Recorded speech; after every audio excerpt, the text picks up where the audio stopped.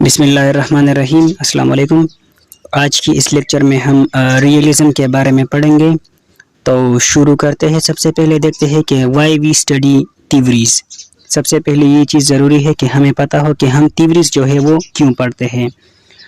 تو ہم I R میں ہسٹوریکل ایونٹس کو پڑھتے ہیں، وارس کو پڑھتے ہیں۔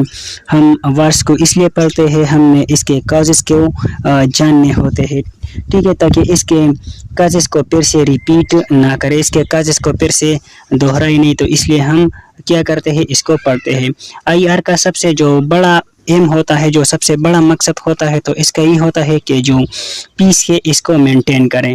تو ہم تھیوریز کو اس لیے پڑھتے ہیں کہ جو چیزیں ہوئی تھیں یا کیوں ہوئی تھی، جو کازز ہوتے ہیں کسی بھی چیز کے، تو ہمیں تھیوریز بتاتی ہے، اور تھیوریز ہمیں بتاتی ہے کہ وہ کون سا ایونٹ ہے جو بہت امپورٹنٹ ہے، یا وہ ایونٹ جو ذرا کم امپورٹنٹ ہے، اور وہ یا مطلب کوئی ایسا ایونٹ جو کہ بالکل امپورٹنٹ نہیں ہے۔ تو اگر ہم دیکھیں تو 16 یا 17 سینچری میں ریئلزم تھیوری کا سٹارٹ ہوتا ہے۔ اس وقت کے جو فلاسفر تھے، وہ کچھ باتیں اپنے کنگز یا کوئنز اور ریڈرز کو سمجھاتے ہیں، اور پھر یہ آگے چلتے چلتے یہ ہمیں ورلڈ وار 1 اور ورلڈ وار 2 میں بھی دیکھتا ہے۔ آج بھی جو ریئلزم تھیوری ہے سب سے امپورٹنٹ مانی جاتی ہے۔ تو اس میں ہم 7 پوائنٹس کے اس کو پڑھیں گے، اس کی مدد سے ہم اس کو سمجھنے کی کوشش کریں گے۔ تو سب سے پہلی بات اس میں ہے کہ اسٹیٹس آر مین ایکٹر۔ پہلی بات جو ریئلسٹ کرتے ہیں کہ آئی آر میں صرف اور صرف ایک بات امپورٹنٹ ہے، وہ ہے ایکٹرز، امپورٹنٹ ایکٹرز، ٹھیک ہے، جو مطلب کہ جو نان اسٹیٹ ایکٹرز کے وہ امپورٹنٹ نہیں ہے، صرف جو اسٹیٹ ایکٹرز کے تو وہ امپورٹنٹ ہے۔ صرف اسٹیٹ کے پاس یہ حق ہے کہ وہ اسٹیٹ کے بارے میں اور انٹرنیشنل ریلیشن کے بارے میں فیصلہ کر سکے۔ اس میں دوسری وہ کہتے ہیں پاور، وہ کہتے ہیں کہ power gripping is the main source of survival, ٹھیک ہے، مطلب کہ پاور گریپنگ ہی ہمارا امپورٹنٹ ایم ہوتا ہے، کیونکہ ریئلسٹ کہتا ہے کہ دیئر از نو مورالٹی، اور دنیا میں جو ہے وہ انارکی ہے، کوئی بھی سپیریئر گورنمنٹ نہیں ہے دنیا میں۔ جب کوئی سپیریئر گورنمنٹ نہیں ہے تو ایک اسٹیٹ دوسرے اسٹیٹ پر کسی بھی طریقے سے حملہ کر سکتا ہے، اور کوئی بھی اسٹیٹ اس کو روک نہیں سکتا۔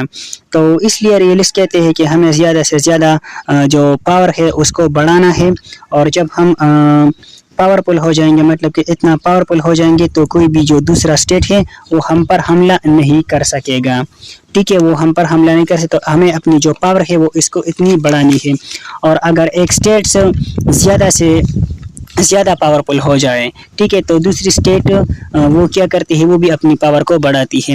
مطلب کہ ایک اسٹیٹ جو ہے وہ بہت زیادہ پاورفل ہو جائے تو دوسرا اسٹیٹ جو ہے وہ بھی اپنی پاور کو کیا کرتا ہے، وہ بڑھانا چاہتا ہے، تو جس کی وجہ سے کنٹریز میں ایک ریس ہوتا ہے۔ ہم ایگزامپل اسی طرح لے سکتے ہیں کہ جو انڈیا ہے، جو کہ ابھی ایک پاورفل کنٹری ہے، تو وہ زیادہ سے زیادہ ویپنز لیتا ہے، تو کیا ہوتا ہے، پاکستان پر بھی اس سے پریشر بڑھتا ہے، اور پاکستان پر اس سے پریشر بڑھنے کے ساتھ کیا ہوتا ہے، پاکستان بھی پھر وہ ویپنز خریدتا ہے۔ تو اس لیے ہماری دنیا میں زیادہ تر جنگ کی طرف جا رہی ہے۔ اس لیے ریئلسٹ کہتے ہیں کہ جنگ تو ہو کے رہے گی، ٹھیک ہے، وہ پتہ ہے آپ لوگوں کو کہ وہ جو ہیومن کے جو بیڈ سائڈ ہے، جو سیلفش ہے، ہیٹ ہے، اس کی طرف وہ زیادہ توجہ دیتے ہیں، کیونکہ ہیومن کے نیچر میں جنگ ہے، وہ کہتے ہیں ہیومن جو ہے وہ سیلفش ہے، تو جنگ سے بچنے کے لیے ہمیں اتنا پاورفل ہونا ہے کہ ہم پر کوئی بھی حملہ نہ کر سکے، اور ہم جس پر حملہ کر سکے تو وہ ہم سے جیت نہ جائے۔ یہ ان لوگوں کا ریئلسٹ کا کانسیپٹ ہے۔ نیکسٹ اس میں کہتے ہیں اسٹیٹزم، ٹھیک ہے، تو اس میں there are 3 C's in I R میں جو ہے وہ 3 C's ہے۔ پہلا اس میں اسٹیٹزم ہے، دوسرا اس میں سیلف ہیلپ ہے، اور تیسرا جو ہے اس میں سروائیول ہے۔